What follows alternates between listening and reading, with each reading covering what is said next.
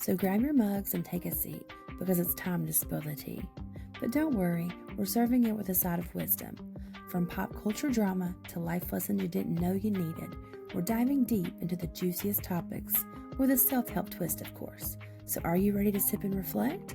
Let's get into it. Hey friends, welcome back to Spilling the Tea.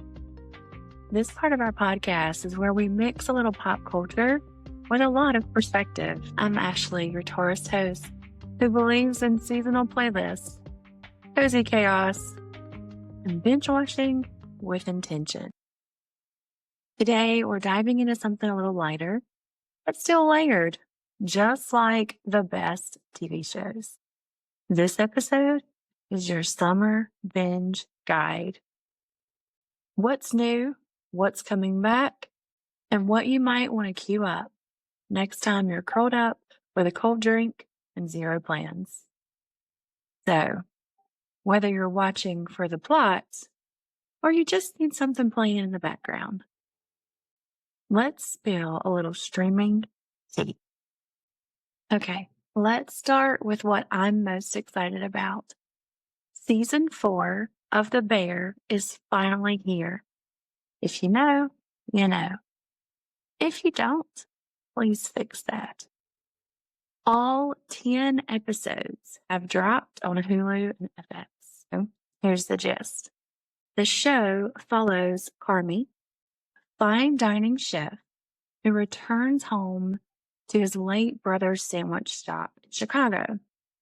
It's gritty, fast, chaotic, heartfelt, full of kitchen sounds that somehow feel like therapy and trauma at the same time.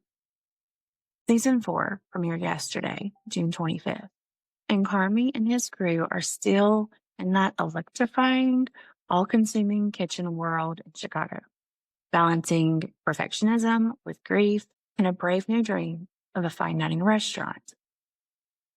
This season dives deep into emotional stakes.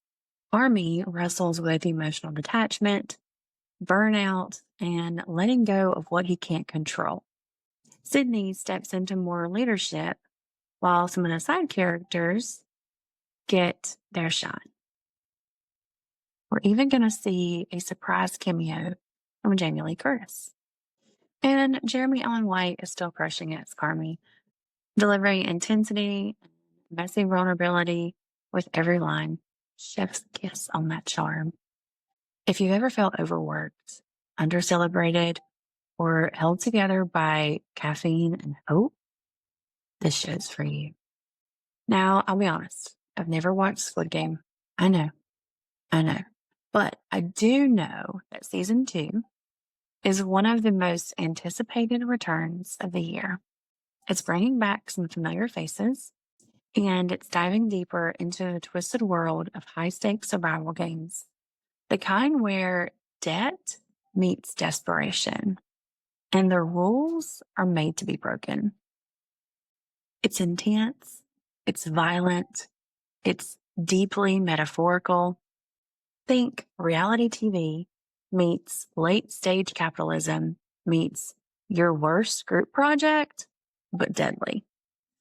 Even if you're not into the genre, the cultural impact of Squid Game is undeniable. So even if you're like me and watching it with one eye closed, it's worth keeping an eye on what they do next. So, King of the Hill is back.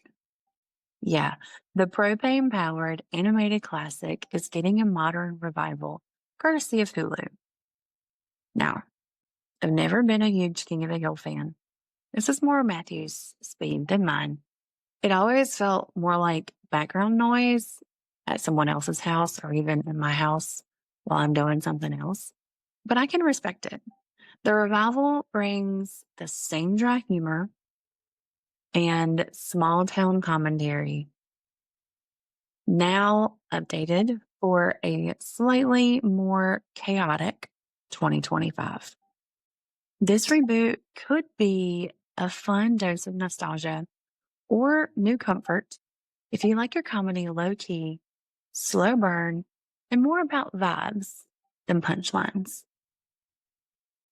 If you're looking for something lighter, more nostalgic, and loaded with teen angst meets summer fling vibes, check out season 3 of The Summer Unturned Pretty. That's coming soon. And this is based on the best-selling young adult book series by Jenny Han. She also wrote To All the Boys I've Loved Before. This show brings all the summer nostalgia. It also brings love triangles, family dynamics, emotional growth, and lots of crying in beach houses. It's sweet, dramatic, and a little addictive. If you grew up reading the series or just love a good emotional unravel in a sun-drenched setting, this one's worth the watch. If none of the big titles scream your name, here are a few options to explore this summer while you're trying to beat the heat. Only Murders in the Building. If you're behind, now is the time to catch up before season 5 drops. I've seen hints that that'll be around late August. Now, this show brings mystery, comedy, and Selena Gomez's wardrobe is chef's kiss. Heartstopper Season 3. This one is sweet, coming of age, perfection. And we have Smoke, an upcoming crime drama miniseries on Apple TV Plus that premieres on June 27th. This series follows Taron Egerton as Dave Gunson, an arson investigator, and Journey Smollett as Detective Michelle Calderon. They team up to stop 2 serial arsonists in the Pacific Northwest. This show is inspired by the podcast Firebug. Also, we have, Countdown. Prime Video's newest crime drama centers on LAPD detective Mark Meacham, who's played by Jensen Ackles. And he is recruited to a secret task force with a very specific mission: investigate a murder of a Department of Homeland Security officer who was killed in broad daylight. Also, keep an eye on surprise summer documentaries, music competition shows, and indie darlings that quietly show up and steal your weekend. There's a reason you're hitting next episode. Let yourself notice what it's reflecting. Now it's your turn to spill the tea. Which summer binge speaks to what you're craving right now? Are you looking for intensity, comfort, nostalgia?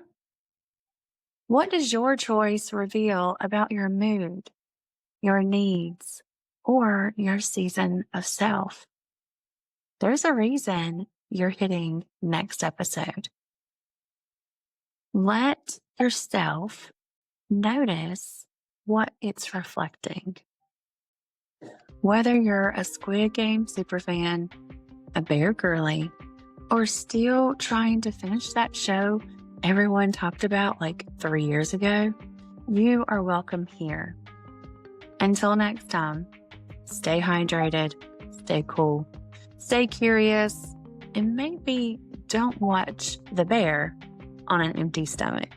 Just saying. I'll see you next time.